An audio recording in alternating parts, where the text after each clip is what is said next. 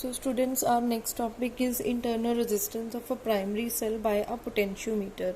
For this what we will do, we will take a potentiometer और potentiometer के साथ यहाँ पर बैटरी लगा देंगे, एक की लगा देंगे which is K1 and that is closed, और एक rheostat लगा दिया so that we can change the resistance from here. उसके बाद यहाँ पर जो सेल लगाना है जिसकी इंटरनल रेजिस्टेंस फाइंड आउट करनी है वो लगा दिया. आफ्टर दैट ऊपर से यहाँ एक रेजिस्टेंस बॉक्स लगाया and here again a key K2 is attached and this EMF का ये जो सेल का पॉजिटिव टर्मिनल है that is attach to the A and which is further attach to the positive end of the battery. और EMF का जो negative part है means cell का जो नेगेटिव पार्ट है जिसकी कुछ इंटरनल रेजिस्टेंस थी दैट इज स्मॉल r, वो गैल्वेनोमीटर के साथ अटैच कर दिया. और गैल्वेनोमीटर अगेन जॉकी से अटैच्ड है which will be moved over the this wire and the balance point is taken again, the null point is again obtained. जहाँ पर गैल्वेनोमीटर आपकी जीरो डिफ्लेक्शन देगा, like you will move your galvanometer on this wire like this, और जहाँ पर भी zero deflection देगा वो लेंथ हमने, जैसे सपोज जहाँ J पे आके इसने zero deflection the means that is the balancing condition. तो वो पॉइंट आपने नोट कर लेना है. Means AJ is your balancing length और यहाँ पे आपका क्या है नल पॉइंट आ रहा है मीन्स गैल्वेनोमीटर जो है जीरो डिफ्लेक्शन शो कर रहा है. तो सबसे पहले हम क्या करेंगे, इसके लिए जो प्रोसीजर है आप सबसे पहले क्लोज करोगे K1 की, जिससे क्या होगा यहाँ से बैटरी से कांस्टेंट करंट निकलना स्टार्ट हो जाएगा. पोटेंशियोमीटर वायर में से कांस्टेंट करंट फ्लो करेगा. अब K2 जो की है इसे आप ओपन रख के जो जॉकी है वो मूव करवानी स्टार्ट कर दो AB वायर के अलोंग. जब वो आप मूव करवानी स्टार्ट कर दोगे तब तक आप उसे मूव करवाओगे जब तक आपको बैलेंसिंग लेंथ नहीं मिल जाती. अब सपोज करो कि जो बैलेंसिंग लेंथ है वो है L1, मतलब यहाँ से यहाँ तक L1 आ गई. तो अगर K आपका पोटेंशियल ग्रेडियंट है, हाउ वी कैन राइट द EMF of the cell, we can write it as E is equal to KL1. In the similar way we have written earlier V is equal to K into L. तो E is equal to KL1 where L1 is the balancing length. अब हमने जब क्या किया K2 की को close किया और रेजिस्टेंस बॉक्स से कुछ रेजिस्टेंस इंट्रोड्यूस करवाई. फिर अब जब हमने रेजिस्टेंस इंट्रोड्यूस करवा दी तो हमने क्या किया, अब हमारा EMF नहीं होगा क्योंकि ओपन सर्किट नहीं रहा, क्लोज सर्किट हो गया. तो अब हमने पोटेंशियल डिफरेंस सेल का निकाला, वो L2. फिर हमने ऐसे जॉकी मूव करवाई इसके ऊपर और फिर बैलेंसिंग लेंथ निकाली. तो एक न्यू लेंथ पे क्या जाके हमारे पास बैलेंस पॉइंट आएगा, मतलब नल पॉइंट आएगा, वो हमने लेंथ ले ली L2. तो हम V क्या लिखेंगे, V is equal to KL2. अब इन दोनों की हम लोग रेशियो ले लेंगे. रेशियो कैसे आएगी, E by V is equal to K के साथ K कैंसिल हो जाएगा, L1 बाय L2. नेक्स्ट हमने जो स्मॉल r है इंटरनल रेजिस्टेंस सेल का वो सपोज कर लिया. अगर I करंट सेल में से पास कर रहा है जब उसके साथ कैपिटल R रेजिस्टेंस को शंट किया गया था, how you can discuss this. ये आपके पास EMF है, इसकी नेगेटिव, इसकी कुछ रेजिस्टेंस है इंटरनल रेजिस्टेंस.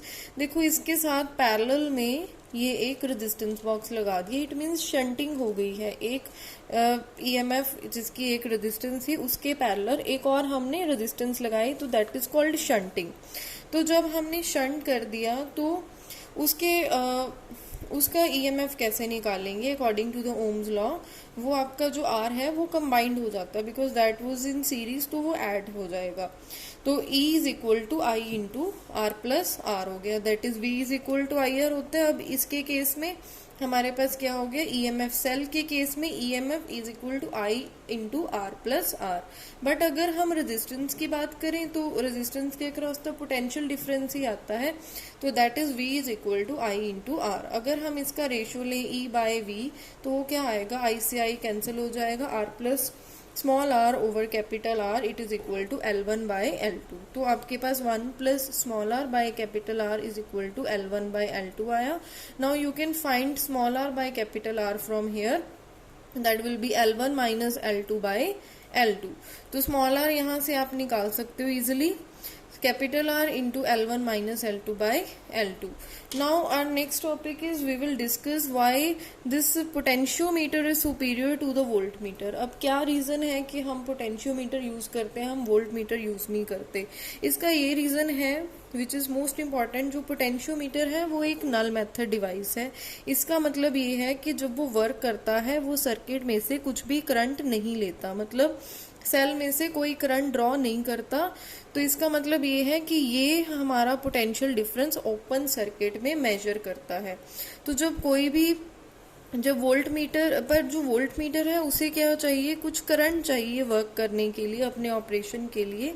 तो जो वोल्टमीटर है वो आपका क्लोज्ड सर्किट में काम करता है, तो वो कुछ इट मीन्स वो कुछ करंट ड्रॉ कर लेता है बैटरी से, तो वो आपको एक्चुअल ईएमएफ नहीं दे पाता जो आपको पोटेंशियोमीटर ने दे देनी है. बिकॉज जो पोटेंशियोमीटर है वो क्या करता है, वो नल मेथड डिवाइस है. नेक्स्ट हमारे पास टॉपिक आता है कि सेंसिटिविटी क्या होती है पोटेंशियोमीटर की. अब पोटेंशियोमीटर इज सेंसिटिव इफ, कब सेंसिटिव होता है, जब वो कैपेबल हो measuring very small potential difference, जब वो छोटे से छोटा पोटेंशियल डिफरेंस क्या कर दे, मेजर कर दे.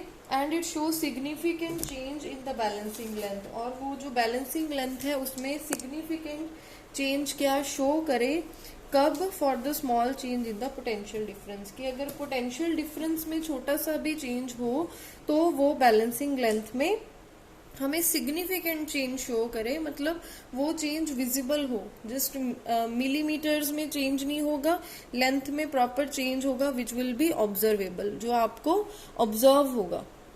और next factor is on what factor और सेंसिटिविटी डिपेंड. जो सेंसिटिविटी है पोटेंशियोमीटर की वो पोटेंशियल ग्रेडियंट पे डिपेंड करती है. And what was potential gradient, that was potential difference per unit length, we have discussed. तो जितना ज्यादा पोटेंशियल ग्रेडियंट क्या होगा, कम होगा, उतना ही आपका पोटेंशियोमीटर क्या होगा, ज्यादा सेंसिटिव होगा. तो जो सेंसिटिविटी है, फर्स्ट थिंग, जितना के क्या होगा, कम होगा, उतना सेंसिटिव ज्यादा होगा. अब हमारे पास वेज देखने हैं हमने कि के को बढ़ा कैसे सकते हैं.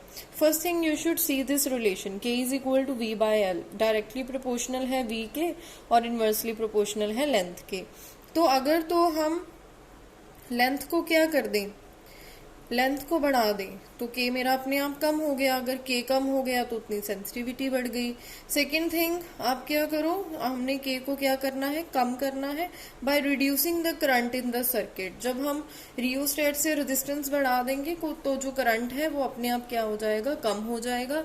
सो by reducing the current in the circuit with the help of rheostat we can also increase the K, or we can also decrease the K, that is the potential gradient, and the sensitivity can be increased.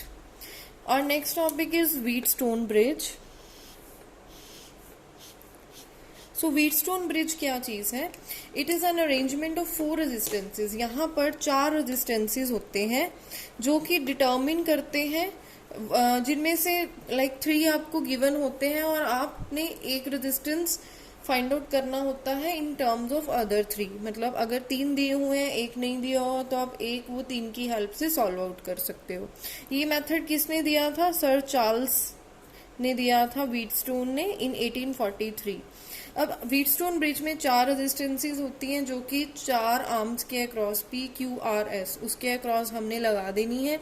और 4 arms जो है वो quadrilateral की 4 arms हमने suppose कर ली, एक battery लगा दी एंड एक सेंसिटिव गैल्वेनोमीटर भी लगा देंगे हम. How we will apply this now, this is the diagram of the Wheatstone bridge. Wheatstone bridge में क्या किया, एक ईएमएफ लगा दी, फिर उसके बाद ए सी, ये बी और डी टर्मिनल हो गए, 1 2 3 4 4 आर्म्स लगा दी हैं. कौन सी आर्म्स लगाई थी, P Q and R and S.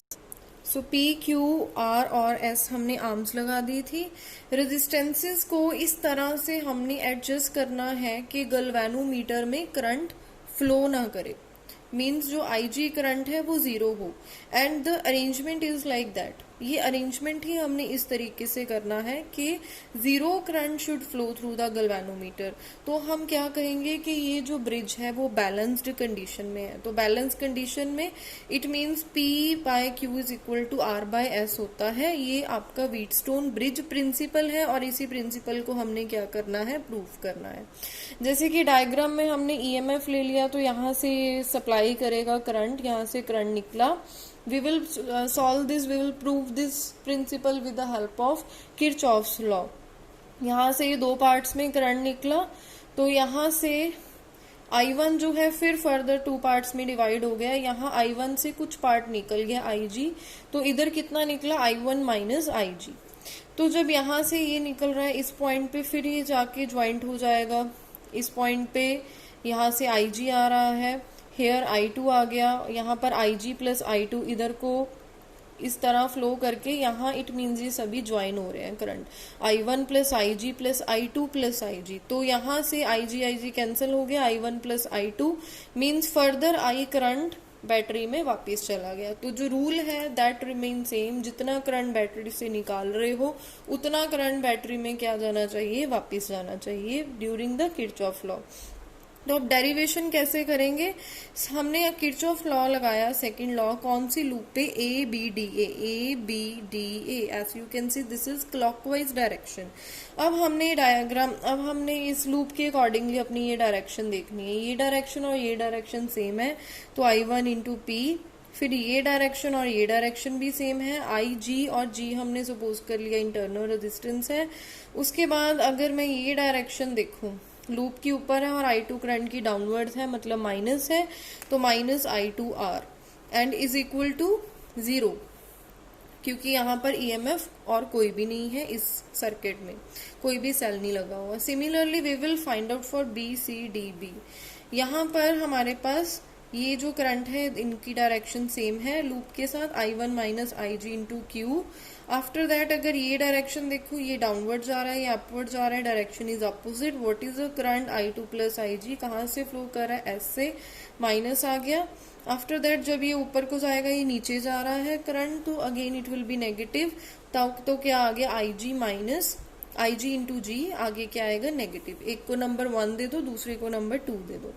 Now in the balance condition we know this thing because this is a principle. तो प्रिंसिपल क्या है कि IG इज इक्वल टू 0 होना चाहिए। अब फर्स्ट इक्वेशन में जब IG इज इक्वल टू 0 डाला, हमारे पास ये इक्वेशन आ गई। तो जब मैंने ये नेगेटिव टर्म दूसरी साइड लेके गई, तो I1P is equal to I2R आ गया। इक्वेशन नंबर 2 में जब IG 0 पुट किया, तो हमारे पास ये टर्म, ये इक्वेशन बनी और इसे भी इक्वल कर दिया, ऐसे पॉजिटिव बना दिया जो नेगेटिव टर्म थी दूसरी साइड लेके जाके।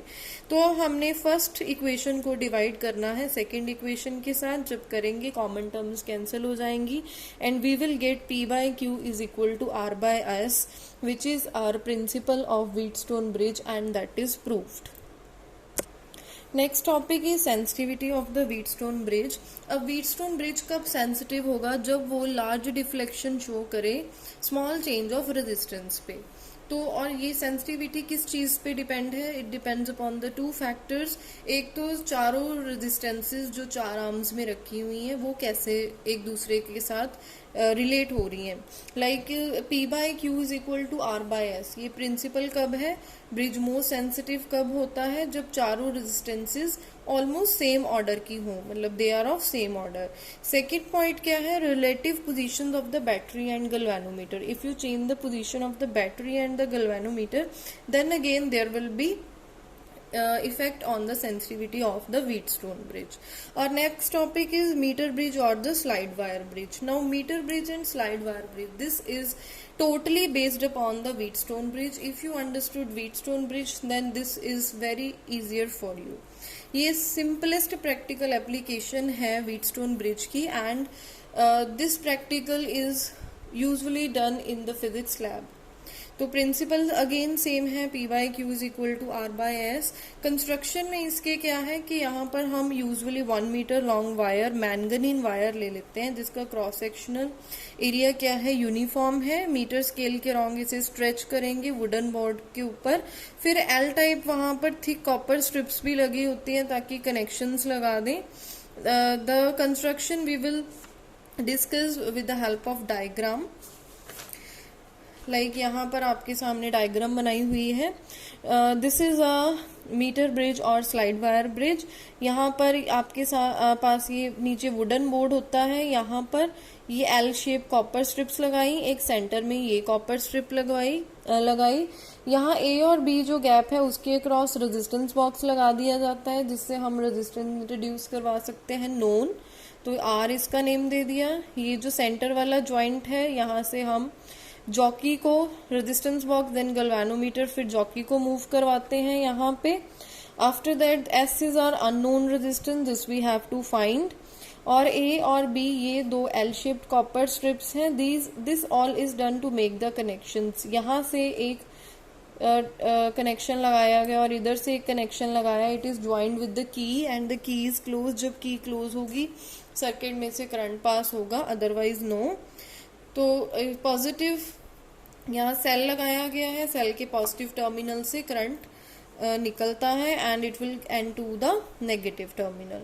Now what happens in this working? After taking out a suitable resistance from the resistance box, means there is a method and you have to follow this. This is kind of procedure when you do this in the lab.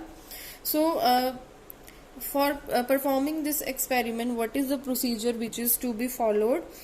Firstly, what you have to do, you have to take out the suitable resistance from the resistance box, because this you will know, this you will know, this you know already, and this you have to find. ऐसा आपको find out करना है। तो P by Q R by S यहाँ से बनेगा। The jockey is moved along the wire AC। यहाँ से रेजिस्टेंस निकाल के जॉकी को ये AC वायर के ऊपर इस तरह से ऐसे मूव करवा दिया जाएगा जॉकी को, till the balance condition of the galvanometer is reached, means there will be no deflection in the galvanometer.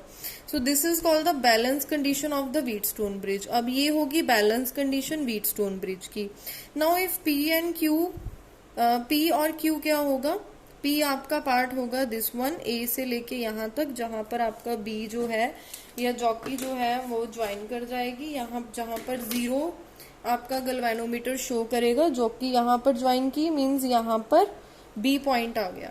तो जो AB और BC है वो उनमें से आपका एक P होगा, एक होगा Q, तीसरा हो गया R। 3 रेजिस्टेंसेस अगर आपको पता है then you can find the fourth one, that is S। तो फॉर्मूला क्या था? According to the Wheatstone bridge P by Q is equal to R by S। अब टोटल लेंथ वायर की कितनी है? 100 सेंटीमीटर। अगर AB L है, because we don't know the balancing point, तो BC कितना होगा? 100 माइनस L होगा। क्योंकि ब्रिज जो है वो यूनिफॉर्म क्रॉस सेक्शनल का एरिया का है, तो रेजिस्टेंस जो है वो directly proportional to length of the wire होगी। अगर resistance directly proportional to the length of wire है तो हम डायरेक्टली लिख सकते हैं P by Q। P by Q की जब रेशियो लेंगे, it means resistance of AB over resistance of BC। यहाँ हम सिग्मा हमने लिया हुआ है। What is sigma? That is resistance per unit length, because we are talking in terms of length. तो पर यूनिट लेंथ की resistance निकाल के जो हमारी टोटल लेंथ आ रही है बैलेंसिंग पॉइंट के लिए, उससे मल्टीप्लाई कर दो। तो सिग्मा L अपॉन यहाँ भी सिग्मा 100 माइनस L, तो ये आपका आ गया L by 100 माइनस L। तो R by S, P by Q आपने निकाल लिया, R you already know, तो R by S is equal to 100 minus L। यहाँ से अननोन क्या था? S, तो S निकाल सकते हो आप। S is equal to R into 100 minus L by L। तो इट मीन्स अगर आपको L की वैल्यू पता है, अगर आपको R की वैल्यू पता है, then you can easily find out the unknown resistance S।